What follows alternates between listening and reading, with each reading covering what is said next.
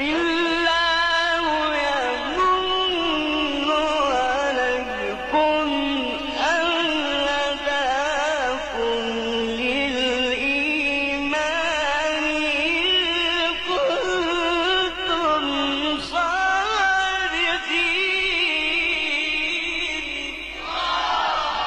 إن الله يعلم غيب السماوات والأرض والله